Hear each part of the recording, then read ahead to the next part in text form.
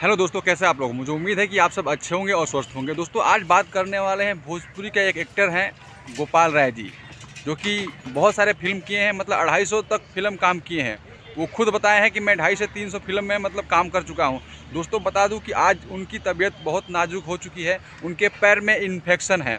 और भोजपुरी के जितने भी बड़े कलाकार हैं अभी तक उनके मतलब सपोर्ट में नहीं आए हैं। दोस्तों बता दूं कि एक ही बंदा का नाम लेते हैं, दिनेश लाल यादव का, बोलते हैं कि वो हमारा बेटा है, उसने बहुत सपोर्ट किया है। बाकी किसी भी कलाकार को मैं फ़ोन करता हूं तो कोई भी कलाकार फ़ोन नहीं उठाते हैं और दूसरे बंदे को फ़ोन पकड़ा दिया करते हैं। दोस्तों बता दूं कि कितना शर्मसार करने वाला ये गोपाल राय जी का बयान है।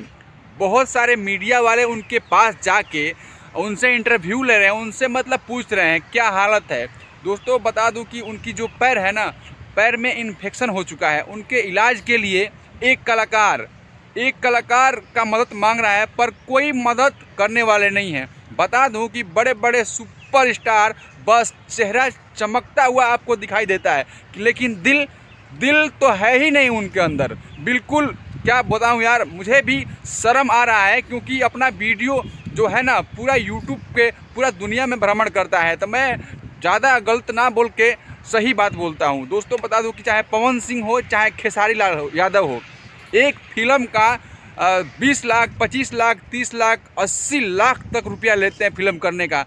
फिर भी एक बेचारा टीम का मेंबर जो कि पवन सिंह, खेसारी लाल यादव, बहुत लोगों का पिता का रोल कर चुका है, उनका मदद नहीं कर पाए खेसारी लाल यादव या पवन सिंह या अदर भी कलाकार। बस एक मदद किया तो भी दिनेश लाल यादव ने उनका बार बार नाम इसलिए ले रहा हूँ कि उन्होंने बोला कि मेरा बेटा है।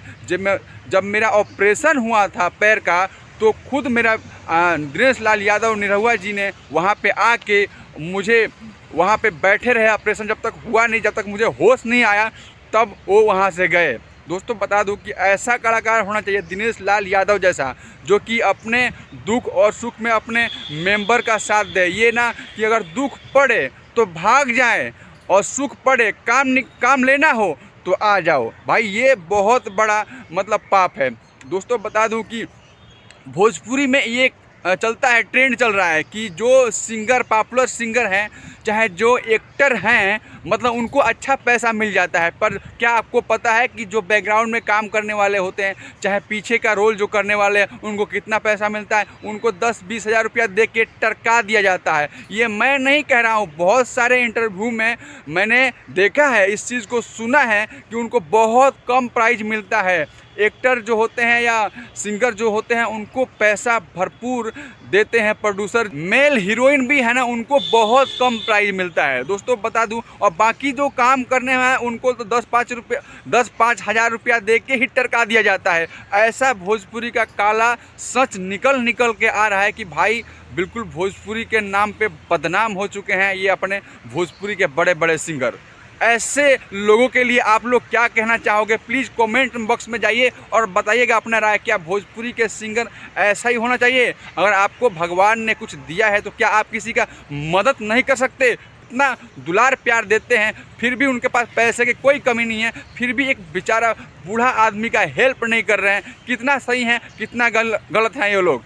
प्लीज़ आप लोग एक बार ज़रूर कमेंट में बताइएगा। दोस्तों आप लोग देख रहे थे नई बस्ती ब्लॉग, मैं हूं आप सभी का अर्जुन। दोस्तों ऐसे ही वीडियो लेके आता हूं, तो प्लीज़ मेरे चैनल को सपोर्ट कीजिए, सब्सक्राइब कीजिए, लाइक कीजिए, कमेंट कीजिए और शेयर कर दीजिए इस वीडियो की, ताकि हर लोग के पास पहुंचे और अपने भोजपुरी कलाकार का आँख भी खुले। तो नमस्कार, धन्यवाद।